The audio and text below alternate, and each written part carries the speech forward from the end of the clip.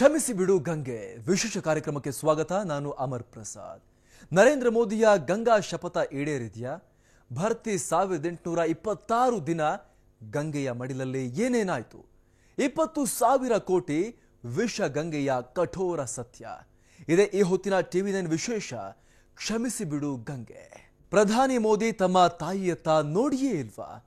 ಬರೋಬ್ಬರಿ 5 ವರ್ಷಗಳ ಹಿಂದೆ ಮೋದಿ ಹೇಳಿದ್ದೇನು? ಮೋದಿಯ 1826 ದಿನಗಳಲ್ಲಿ ಆ ತಾಯಿಯ ಒಡಲೆ ಬದಲಾಯ್ತಾ? ಸಿಪಿ ಹೇಳ್ತಿರುವ ಬೆಚ್ಚಿ ಬೀಳಿಸುವ ಕಠೋರ ಸತ್ಯ ಏನು? ಅಷ್ಟಕ್ಕೂ ಏನಿದು ಕ್ಷಮಿಸಿ ಬಿಡು ಗಂಗೆ ಅಂತೀರಾ? ಬೆಚ್ಚಿ ಬೀಳಿಸುವ ವಾಸ್ತವವನ್ನ ನಿಮ್ಮ ಮುಂದೆ ತೆರೆದಿಡ್ತೀವಿ ನೋಡಿ. 5 ವರ್ಷಗಳ ಹಿಂದೆ ಮುಖ್ಯಮಂತ್ರಿ ಮೋದಿ न मुझे किसी ने भेजा है न मैं यहाँ आया हूँ, मुझे तो माँ गंगा ने बुलाया है और एक बालक जैसे अपनी माँ की गोद में वापस आता है वैसी मैं अनुभूति कर रहा हूँ. 4 ವರ್ಷಗಳ ನಂತರ ಪ್ರಧಾನಮಂತ್ರಿ ಮೋದಿ साथियों, मां गंगा की सफाई के लिए गंगोत्री से लेकर गंगा सागर तक एक साथ प्रयास कर रहे हैं. सिर्फ साफ सफाई नहीं बल्कि शहरों की गंदगी गंगा में ना गिरे इसके लिए भी प्रबंध किया जा रहा है और इसके लिए अब तक लगभग 21,000 करोड़ की 200 से अधिक परियोजनाओं को स्वीकृति दी जा चुकी है. ಮೋದಿಯನ್ನ ಗಂಗಾ ಮಾತೆ ನೋಡ್ಕೊಳ್ತಾಳ. मोदी हारे जीते भूल जाओ, मोदी का जो होगा वो गंगा मैया देख लेगी. ನಿಮ್ಮ TV9 ಕ್ಯಾಮೆರಾದಲ್ಲಿ ಸೆರೆಯಾದ ಗಂಗಾ ಸತ್ಯವೇನು? ಗಂಗಾ ನದಿ ಶುದ್ಧೀಕರಣಕ್ಕೆ ಈಗಾಗಲೇ ಸುಮಾರು 20,000 ಕೋಟಿ ರೂಪಾಯಿನ ಪ್ರಾಜೆಕ್ಟ್ ಮಾಡಿ ನಮಾಮಿ ಗಂಗೆ ಅನ್ನುವಂಥ ಯೋಜನೆಯನ್ನ ಈಗಾಗಲೇ ಕೇಂದ್ರ ಸರ್ಕಾರ ನೀಡಿದೆ. ಆದರೆ ಈ ಯೋಜನೆಗೆ ಅನುಗುಣವಾಗಿ ಸಾಕಷ್ಟು ಕೆಲಸ ಆಗಿದೆಯಾ ಅನ್ನುವಂಥದ್ದು ಈಗಲೂ ಕೂಡ ಅನೇಕರು ಕೇಳ್ತಾ ಇರುವಂತಹ ಪ್ರಶ್ನೆ. ರಾಜಕಾರಣಿಗಳನ್ನು ಕೇಂದ್ರ ಸರ್ಕಾರ ಅಥವಾ ಕೇಂದ್ರ ಸರ್ಕಾರದ ವಿರುದ್ಧ ಸಾಕಷ್ಟು ಆರೋಪಗಳನ್ನ ಮಾಡ್ತಾ ಇದ್ದಾರೆ. ಅಂದುಕೊಂಡಂತ ರೀತಿಲಿ ಗಂಗೆ ಸ್ವಚ್ಛವಾಗಿಲ್ಲ ಅಂತ. ಹಾಗಾದ್ರೆ ಗಂಗಾ ನದಿ ಅಥವಾ ಗಂಗಾ ಘಾಟ್ಗಳು ಹೇಗಿವೆ? ಇದರ ಒಂದು ರಿಯಾಲಿಟಿ ಚೆಕ್ ಅನ್ನ ಮಾಡೋಣ.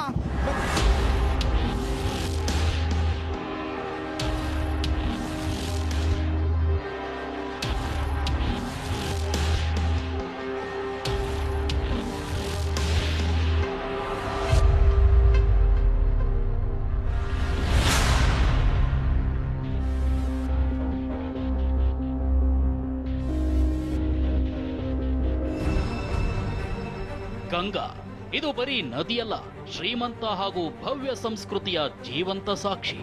ರಸ ಋಷಿಗಳ, ಸಂತ ಫಕೀರರ ಪಾವನ ಭೂಮಿಯ ಪ್ರತೀಕ, ಸನಾತನ ಗ್ರಂಥಗಳ ಆಕರ ಗ್ರಂಥ. ಗಂಗೆ ಅಂದ್ರೆ ನದಿಯಲ್ಲ, ತಾಯಿ, ಗೌರವ, ಭಕ್ತಿಯನ್ನ ಒಟ್ಟೊಟ್ಟಿಗೂ ಮೂಡಿಸೋ 2 ಅಕ್ಷರದ ಮಂತ್ರ. ಗಂಗಾ ಸ್ನಾನಂ ತುಂಗಾಪಾನಂ ಅನ್ನೋ ಗಾದೆಯೇ ಇದೆ. ಇಂಥ ಗಾದೆಯನ್ನೇ ಇದೀಗ ಬದಲಿಸಬೇಕಿದೆ. ಯಾಕಂದ್ರೆ ತಾಯಿ ಗಂಗೆಯ ಒಡಲು ಇನ್ನೂ ಶುದ್ಧವಾಗಿಲ್ಲ.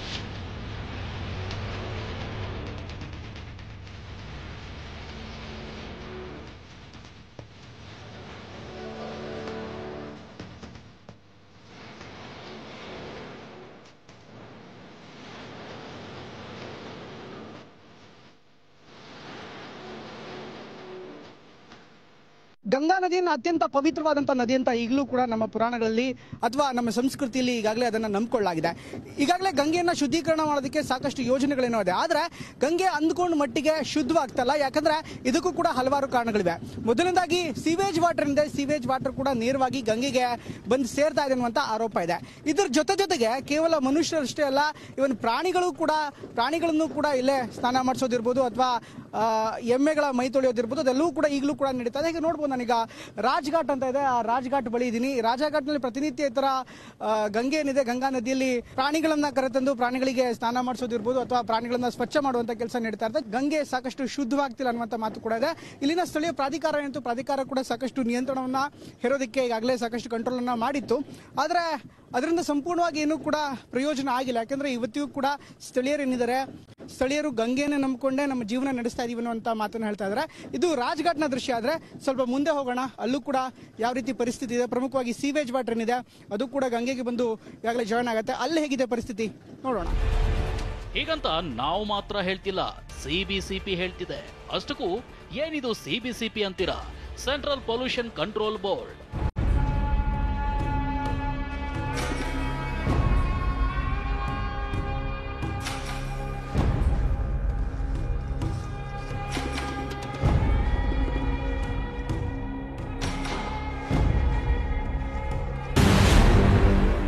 ಗಂಗೆಯ ಬೆಚ್ಚಿ ಬೀಳಿಸೋ ಕಠೋರ ಸತ್ಯ ಬಿಚ್ಚಿಟ್ಟಿದೆ ಸಿಬಿಸಿಬಿ.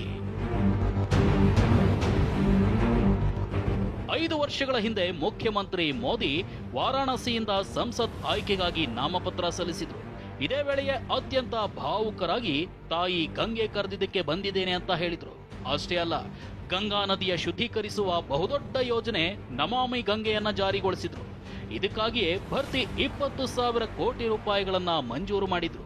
ನಮಾಮಿ ಗಂಗಾ ಯೋಜನೆ ಜಾರಿಯಾಗಿ 5 ವರ್ಷಗಳೇ ಕಳೆದಿವೆ. ಇದುವರೆಗೂ ಗಂಗಾ ನದಿಯ ಒಡಲು ಶುದ್ಧಗೊಂಡಿಲ್ಲ. ಅದೆಷ್ಟರ ಮಟ್ಟಿಗೆ ತಾಯಿ ಗಂಗೆ ಅಶುದ್ಧವಾಗಿದ್ದಾಳೆ ಅಂದ್ರೆ ಗಂಗಾ ಸ್ನಾನಂ ಅನ್ನೋ ಗಾದೆಯನ್ನೇ ಬದಲಿಸಬೇಕಾಗಿದೆ. ಹಾಗಿದ್ರೆ ಪ್ರಧಾನಿ ಮೋದಿಯ ಕನಸು ಏನಾಯ್ತು? ಪ್ರಧಾನಿ ಮೋದಿಯ ಗಂಗಾ ಶಪಥ ಈಡೇರೋದಿಲ್ವೇ?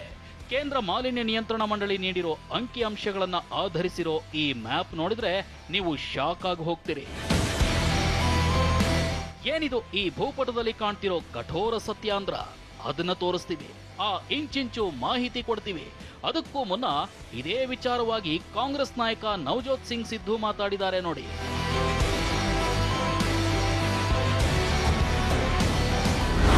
काम सारा अधूरा, और मैं ये प्रमाणित कर दूंगा आज, काम सारा अधूरा और झूठ पूरा, डंके की चोट पे कह रहा हूं. नमामि गंगे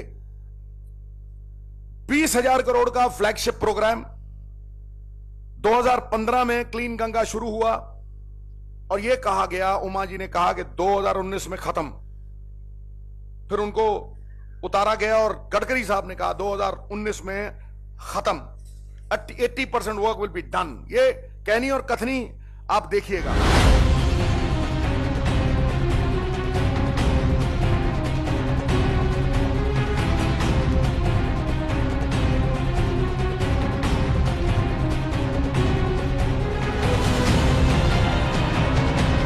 $20,000 करोड़ के फ्लैगशिप प्रोग्राम से सिर्फ 6,000 करोड़ रुपया खर्च हुआ.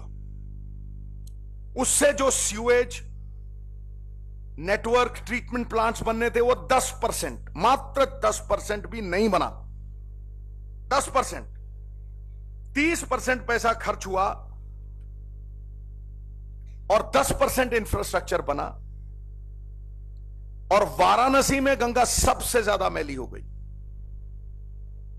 कहते ना, राम तेरी गंगा. मोदी जी, आपकी जो आप गंगा क्लीनिंग वाली बात करते थे, वाराणसी में 84 times the bacillus bacteria has increased. It is the worst in Varanasi.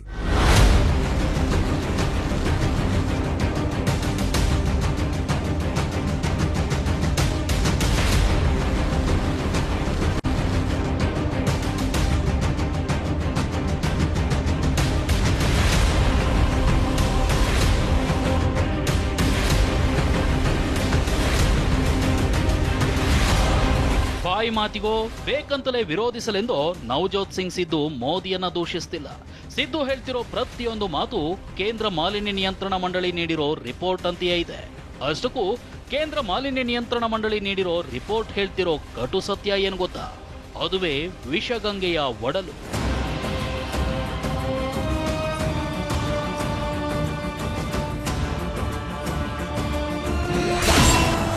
Ganga ಸ್ನಾನಕ್ಕೆ ಸೂಕ್ತವಾಗಿರೋದು ಕೇವಲ 4 ತಾಣ.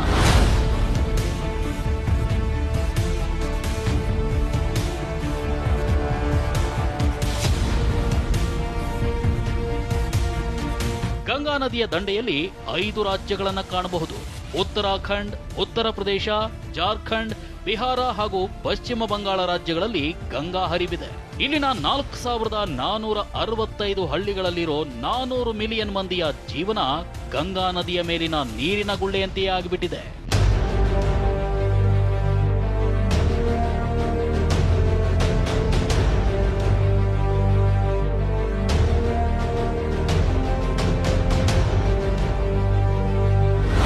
ಗಂಗಾ ನದಿಗೆ ನೇರವಾಗಿ ಸೀವೇಜ್ ವಾಟರ್ ಬಂದು ಜಾಯ್ನ್ ಆಗುತ್ತೆ ಅನ್ನುವಂಥ ಆರೋಪ ಕೂಡ ಇದೆ. ನಾನೀಗ ಒಂದು ನಾಲೆ ಹತ್ರ ಇದ್ದೀನಿ. ಅಂದರೆ ಇಲ್ಲಿ ನೇರವಾಗಿ ಘಾಟ್ಗಳ ಸೀವೇಜ್ ವಾಟರ್ ಇದೆ ಅಥವಾ ಘಾಟ್ಗಳಿಂದ ಹರಿದು ಬರುವಂಥ ನೀರನ್ನ ಪೈಪ್ ಏನಿದೆ ಇಲ್ಲಿ ನೋಡ್ಬೋದು ದೃಶ್ಯದಲ್ಲಿ, ಅದನ್ನು ನೇರವಾಗಿ ಇಲ್ಲಿ ತಂದು ಕನೆಕ್ಟ್ ಮಾಡಲಾಗಿದೆ. ಹೀಗಾಗಿ ಸದ್ಯಕ್ಕೆ ಅಷ್ಟೊಂದು ದೊಡ್ಡ ಪ್ರಮಾಣದ ನೀರು ಬರ್ತಾ ಇಲ್ಲ ಅಥವಾ ನೀರನ್ನ ಸದ್ಯಕ್ಕೆ ತಕ್ಷಣಕ್ಕೆ ಯಾವುದೇ ಅಶುದ್ಧ ಅಂತ ನೀರು ನಮ್ಗೆ ಸದ್ಯಕ್ಕೆ ಕಾಣಿಸ್ತಾ ಇಲ್ಲ. ಆದರೆ ಇರುವಂಥ ಆರೋಪ ಅಂದರೆ ಈಗಾಗಲೇನು ನೇರವಾಗಿ ಪೈಪ್ ಲೈನಿಂಗ್ ಅನ್ನು ಮಾಡಲಾಗಿದೆ. ಆದರೆ ಇರುವಂಥ ಆರೋಪ ಅಂದರೆ ಅದನ್ನು ಶುದ್ಧ ಮಾಡಿದೆ, ಅಂದರೆ ಸೀವೇಜ್ ವಾಟರ್ನ ಗಂಗಾ ಘಾಟ್ಗಳ ಮೇಲೆ ಬರುವಂಥ ಯಾವುದೇ ನೀರು ಇರ್ಬೋದು, ಜೊತೆಗೆ ಸೀವೇಜ್ ವಾಟರ್ ಇದೆ ಅದನ್ನು ಸಂಪೂರ್ಣವಾಗಿ ಶುದ್ಧೀಕರಿಸದೆ ಪೈಪ್ ಲೈನ್ ಅನ್ನು ಮಾಡಲಾಗಿದೆ ಅನ್ನುವಂಥ ಆರೋಪ ಕೂಡ ಇದೆ. ಹೀಗಾಗಿ ತಕ್ಷಣಕ್ಕೆ ಇಲ್ಲಿ ಟ್ರೀಟ್ಮೆಂಟ್ ಪ್ಲಾಂಟ್ ಅನ್ನು ಸೈಂಟಿಫಿಕ್ ಆಗಿ ಮಾಡಬೇಕು ಅನ್ನುವಂಥ ಒತ್ತಾಯ ಕೂಡ ಈ ಭಾಗದಿಂದ ಕೇಳಿಬರ್ತಾ ಇದೆ.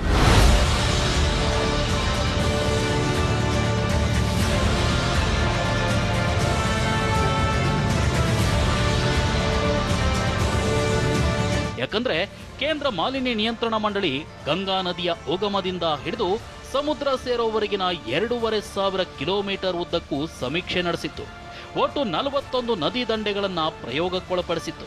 ಅಷ್ಟಕ್ಕೂ ಈ 41 ದಂಡೆಗಳಲ್ಲಿ ಕೇಂದ್ರ ಮಾಲಿನ್ಯ ನಿಯಂತ್ರಣ ಮಂಡಳಿ ಮಾಡಿದ್ದೇನು ಗೊತ್ತಾ? ನದಿ ನೀರಿನ ಶುದ್ಧತೆ ಹಾಗೂ ಮಾಲಿನ್ಯದ ಪ್ರಮಾಣವನ್ನ ಪರೀಕ್ಷಿಸಿತ್ತು. ಅಂತಿಮವಾಗಿ ಮಾಲಿನ್ಯ ನಿಯಂತ್ರಣ ಮಂಡಳಿ ಕೈಗೆ ಸಿಕ್ಕ ಫಲಿತಾಂಶ ಬೆಚ್ಚಿ ಬೀಳಿಸುವಂತಿತ್ತು.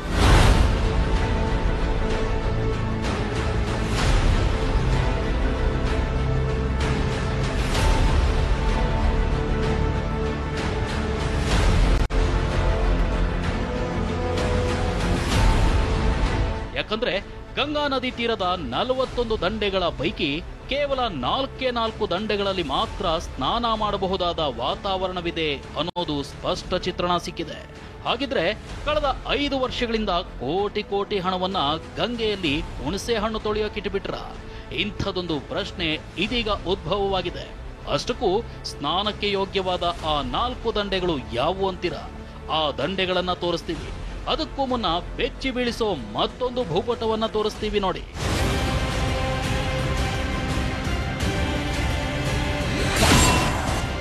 ಸಿಪಿಸಿಬಿಯ ಗಂಗಾ ಮಾಲಿನ್ಯದ ಭೂಪಟ ಬೆಚ್ಚಿ ಬೀಳಿಸುತ್ತೆ.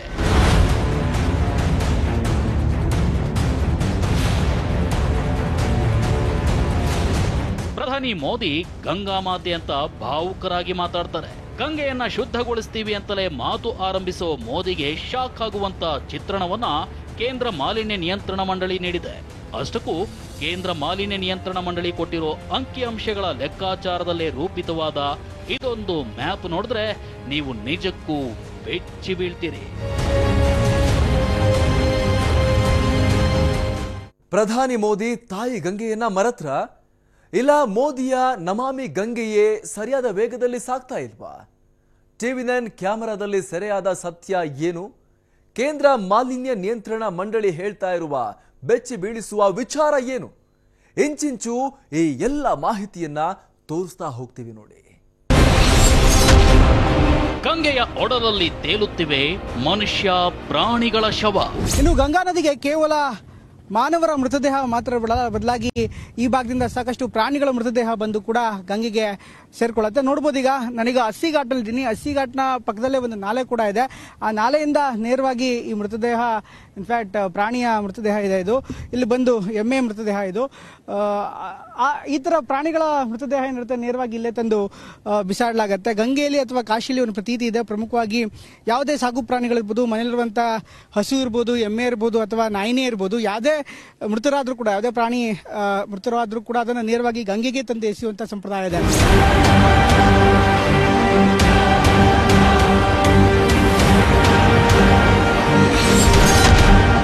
ಕಾಶಿಯ ಕೊಳೆಯನ್ನೆಲ್ಲ ಗಂಗೆಯ ಒಡಲಿಗೆ ಹರಿಸ್ತಿದಾರ. ಇನ್ನು ಕಾಶಿನಗರದ ಸಂಪೂರ್ಣ ಗಲೀಜ್ ನೀರು ಈಗ ಗಂಗೆಗೆ ಸೇರ್ತಾ ಇದೆ. ಇದ್ರ ಬಗ್ಗೆ ತುಂಬಾ ಗಂಭೀರವಾದಂತ ಆರೋಪ ಇದೆ. ಅಂತ ಗಲೀಜ್ ನೀರನ್ನ ಟ್ರೀಟ್ ಮಾಡದೆ ನೇರವಾಗಿ ಗಂಗೆಗೆ ಬಿಡಲಾಗ್ತಾ ಇದೆ ಅನ್ನುವಂತ ಮಾತು ಮೊದಲಿಂದಲೂ ಕೂಡ ಪರಿಸರವಾದಿಗಳಿಂದ ಕೇಳಿಬರ್ತಾ ಇದೆ. ನಾನೀಗ ಗಂಗಾ ನದಿಯ ಅಂದ್ರೆ ಕಾಶಿಯ ಅಸ್ಸಿ ಘಾಟ್ ಏನಿದೆ, ಅಸ್ಸಿ ಘಾಟ್ನ ಬಲಭಾಗದಲ್ಲಿ ಸಂಪೂರ್ಣವಾದಂತಹ ಒಂದು ದೊಡ್ಡ ನಾಲೆ ಇದೆ. ಆ ನಾಲೆ ಊರಿನ ಅಂದ್ರೆ ಕಾಶಿನಗರದ ಸಂಪೂರ್ಣ ಕೊಳಚೆ ನೀರಿನಿಂದ ಆ ಕೊಳಚೆ ನೀರನ್ನ ಗಂಗಾ ನದಿಗೆ ತಂದು ಕನೆಕ್ಟ್ ಮಾಡುತ್ತೆ. ಈ ಒಂದು ಘಾಟ್ನ ಬಳಿಯಿಂದ ನಾನು ವರದಿಯನ್ನ ಮಾಡ್ತಾ ಇದ್ದೀನಿ. ನೋಡ್ಬೋದು, ಯಾವುದೇ ರೀತಿಯಂತ ಟ್ರೀಟ್ಮೆಂಟ್ ಆಗಲ್ಲ. ನೇರವಾದಂತ ನೀರೇನಿದೆ, ಕೊಳಚೆ ನೀರಿನಿಂದ ಅದು ಎಲ್ಲೂ ಟ್ರೀಟ್ ಆಗದೆ, ಎಲ್ಲೂ ಕೂಡ ಸಂಸ್ಕರಣೆ ಆಗದೆ ನೇರವಾಗಿ ಗಂಗೆಗೆ ಬಂದು ಸೇರ್ಕೋತಾ ಇದೆ.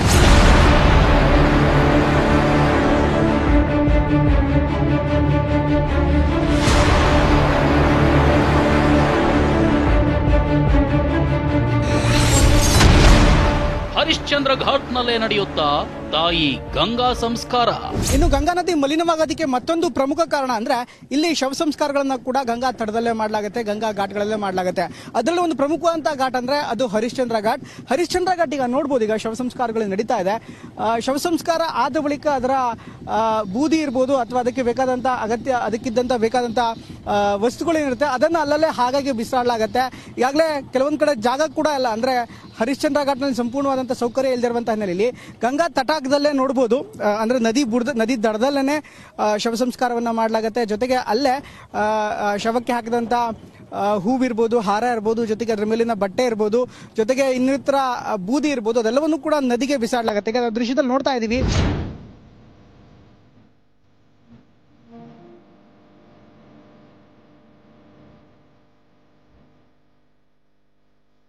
TV9 ಕ್ಯಾಮೆರಾದಲ್ಲಿ ಸರಿಯಾದ ತೋರಿಸಬಹುದಾದ ದೃಶ್ಯಗಳನ್ನ ನಾವೀಗ ತೋರಿಸಿದ್ದೀವಿ. ಶತಮಾನಗಳಿಂದ ಈ ಭಾಗದ ಜನಕ್ಕೆ ಹಾಲು ನೀಡಿದ ತಾಯಿಯ ಒಡಲಿಗೆ ವಿಷವಿಕ್ತಿದ್ದಾರೆ. ಸಂಸ್ಕಾರದ ಹೆಸರಿನಲ್ಲಿ ಅಮೃತ ಗಂಗೆ, ಶಿವಗಂಗೆಯನ್ನ ವಿಷಗಂಗೆಯನ್ನಾಗಿಸ್ತಿದ್ದಾರೆ. ಅತ ಪ್ರಧಾನಿ ಮೋದಿ ನಮಾಮಿ ಗಂಗೆ ಅಂತಿದ್ದಾರೆ. ಇತ್ತ ಗಂಗಾ ನದಿಯ ಒಡಲು ವಿಷವಾಗ್ತಿದೆ. ಕೇಂದ್ರ ಮಾಲಿನ್ಯ ನಿಯಂತ್ರಣ ಮಂಡಳಿ ನೀಡುತ್ತಿರೋ ಲೆಕ್ಕಾಚಾರದ ಪ್ರಕಾರ 5 ರಾಜ್ಯಗಳ ಅಂತರ್ಜಲವು ವಿಷವಾಗುವ ದಿನಗಳು ದೂರವಿಲ್ಲ. ಕಾಶಿಯ ಜನರಷ್ಟೇ ಅಲ್ಲ, 5 ರಾಜ್ಯಗಳಲ್ಲಿನ ಪ್ರಮುಖ ಪಟ್ಟಣಗಳು ಹಾಗೂ ಗಂಗಾ ನದಿ ದಂಡೆಯ ಮೇಲಿರೋ 291 ಕಾರ್ಖಾನೆಗಳು ಇಂಥದೊಂದು ದರಿದ್ರ ಕೆಲಸವನ್ನ ಮಾಡ್ತಿವೆ. 1971 ಈಚೆಗೆ ನದಿಯ ಹರಿವು ಕಡಿಮೆಯಾಗಿದೆ. ಅದೆಷ್ಟು ಕಡಿಮೆಯಾಗಿದೆ ಅಂದ್ರೆ ಅರ್ಧದಷ್ಟು ವೇಗವನ್ನ ಗಂಗಾ ತೀರದ ಜನರೇ ನಿಲ್ಲಿಸಿಬಿಟ್ಟಿದ್ದಾರೆ. ಅದು ಸಹ ಗಂಗೆಯನ್ನ ವಿಷಗಂಗೆಯಾಗಿಸೋ ಮೂಲಕ.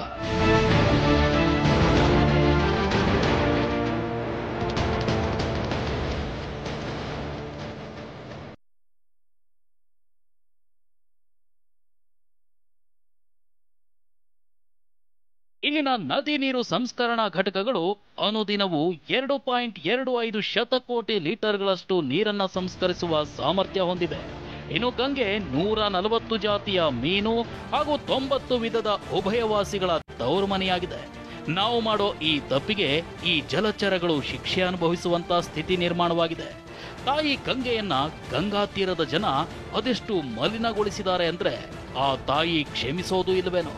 ಯಾಕಂದ್ರೆ ಕೇಂದ್ರ ಮಾಲಿನ್ಯ ನಿಯಂತ್ರಣ ಮಂಡಳಿ ನೀಡಿರೋ ಅಂಕಿಅಂಶಗಳನ್ನ ಆಧರಿಸಿ ತಯಾರಿಸಿರೋ ಭೂಪಟ ಭಯಾನಕ ಸತ್ಯವೊಂದನ್ನ ಬಿಚ್ಚಿಟ್ಟಿದೆ. ಅಷ್ಟಕ್ಕೂ ಆ ಭಯಾನಕ ಭೂಪಟ ಯಾವುದು ಅಂತೀರಾ? ಅದನ್ನೀಗ ತೋರಿಸ್ತೀವಿ ನೋಡಿ. 2014ರಿಂದ 2018 ಮಧ್ಯೆ ಅಂದ್ರೆ ನಮಾಮಿ ಗಂಗಾ ಯೋಜನೆ ಜಾರಿಗೊಂಡ ಮೇಲೆ ಗಂಗಾ ನದಿಯ ಚಿತ್ರಣ ಹೇಗೆ ಬದಲಾಗಿದೆ ಅನ್ನೋದನ್ನ ನೀವಿಲ್ಲಿ ನೋಡಬಹುದು. 5 ರಾಜ್ಯಗಳಲ್ಲಿ ಹಾದು ಹೋಗುವ ಗಂಗಾ ನದಿಯನ್ನ ಎಷ್ಟರ ಮಟ್ಟಿಗೆ ಮಲಿನಗೊಳಿಸಲಾಗಿದೆ ಅನ್ನೋ ಚಿತ್ರಣ ಇಲ್ಲಿ ಕಾಣ್ತಿದೆ ನೋಡಿ. ಇಲ್ಲಿ ಕಂದು, ಕಿತ್ತಳೆ, ತಿಳಿ ಹಳದಿ, ಆಕಾಶ ನೀಲಿ ಬಣ್ಣದ ಬಿಂದುಗಳನ್ನ ನೋಡ್ತಿದ್ದೀರಲ್ವಾ? ಇವು ಬಣ್ಣದ ಬಿಂದಿಗಳಲ್ಲಿ ಅತ್ಯಂತ ಹೆಚ್ಚು ಕೊಳಕಾದ ಜಾಗಗಳನ್ನ ಕಂದು ಬಣ್ಣದ ಬಿಂದುಗಳಿಂದ ಗುರುತಿಸಲಾಗಿದೆ. ಕಿತ್ತಳೆ ಬಣ್ಣದ ಬಿಂದುಗಳು ಮಧ್ಯಮ ಸ್ಥಿತಿಯಲ್ಲಿ ಮಲಿನಗೊಂಡ ತಾಣಗಳಾಗಿವೆ. ಇನ್ನು ತಿಳಿ ಹಳದಿ ಬಣ್ಣದ ಬಿಂದುಗಳು ಕಡಿಮೆ ಕೊಳಕಾದ ಜಾಗಗಳು ಅಂತ ಗುರುತಿಸಲಾಗಿದೆ. ಇನ್ನು ಆಕಾಶ ನೀಲಿಯ ಬಿಂದುಗಳು ಶುದ್ಧ ಗಂಗೆಯ ತಾಣಗಳಾಗಿವೆ. ನೋಡಿ, ಉತ್ತರಾಖಂಡದ ಹರಿದ್ವಾರದಿಂದ ಹಿಡಿದು ಪಶ್ಚಿಮ ಬಂಗಾಳದ ಹಲ್ದಿಯಾ ತನಕ ಕಲುಷಿತ ಗಂಗಾ ದಂಡೆಗಳನ್ನೇ ಕಾಣಬಹುದು.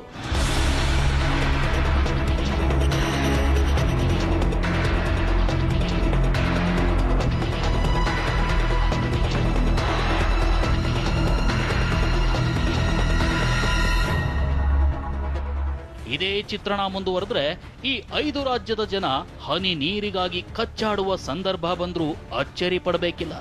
ವಿಶೇಷ ಅಂದ್ರೆ ಕಳೆದ 3 ವರ್ಷಗಳಲ್ಲಿಯೇ ಗಂಗಾ ನದಿ ಹೆಚ್ಚು ಮಲಿನಗೊಂಡಿದೆ. ಹೀಗಂತ ನಾವು ಹೇಳ್ತಿಲ್ಲ. ಉತ್ತರ ಪ್ರದೇಶದ ಸಂಕಟ್ ಮೋಚನ್ ಫೌಂಡೇಶನ್ ಇಂಥದೊಂದು ಭಯಾನಕ ಸತ್ಯವನ್ನ ಅಧ್ಯಯನದ ಮೂಲಕ ತೆರೆದಿಟ್ಟಿದೆ. ಇದಕ್ಕಿಂತಲೂ ಭೀಕರ ಸತ್ಯ ಮತ್ತೊಂದಿದೆ. ಅದುವೇ ಗಂಗಾ ಒಡಲಲ್ಲಿ ಅಡಗಿರೋ ವಿಷ.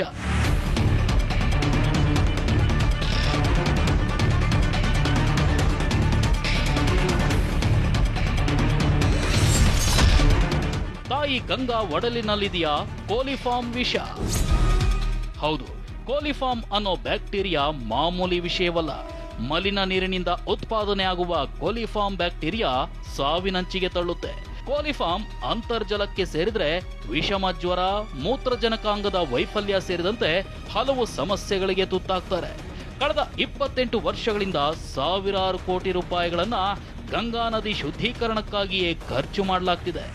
ಆದ್ರೂ ಗಂಗೆ ಶುದ್ಧಳಾಗಿಲ್ಲ, ಆದಷ್ಟು ಅಶುದ್ಧಳಾಗ್ತಲೇ ಇದ್ದಾಳೆ.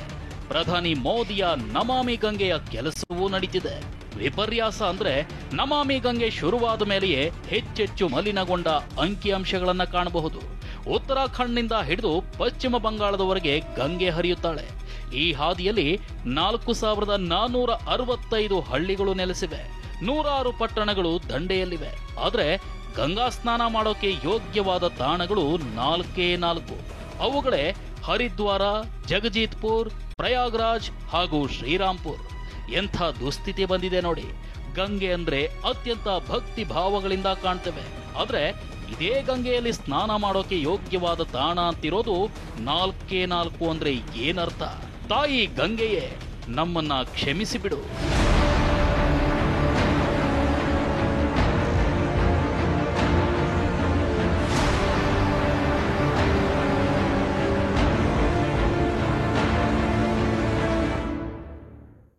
ಗಂಗಾ ನದಿಯನ್ನ ಪ್ರಧಾನಿ ಮೋದಿ ತಾಯಿ ಅಂತಾರೆ. ಗಂಗಾ ತೀರದ ಜನರಂತೂ ಗಂಗೆಯನ್ನ ದೇವರು ಅಂತಾನೆ ಪೂಜೆ ಮಾಡ್ತಾರೆ.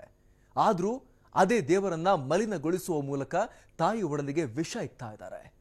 ಇಂತಹ ಕೃತ್ಯ ಮಾಡಿದ ನಮ್ಮನ್ನ ಆ ತಾಯಿ ಗಂಗೆ ಕ್ಷಮಿಸ್ತಾಳ? ಇದೇ ಈ ಹೊತ್ತಿನ ವಿಶೇಷ. ನಿರಂತರ ಸುದ್ದಿಗಾಗಿ ನೋಡ್ತಾರೆ TV9.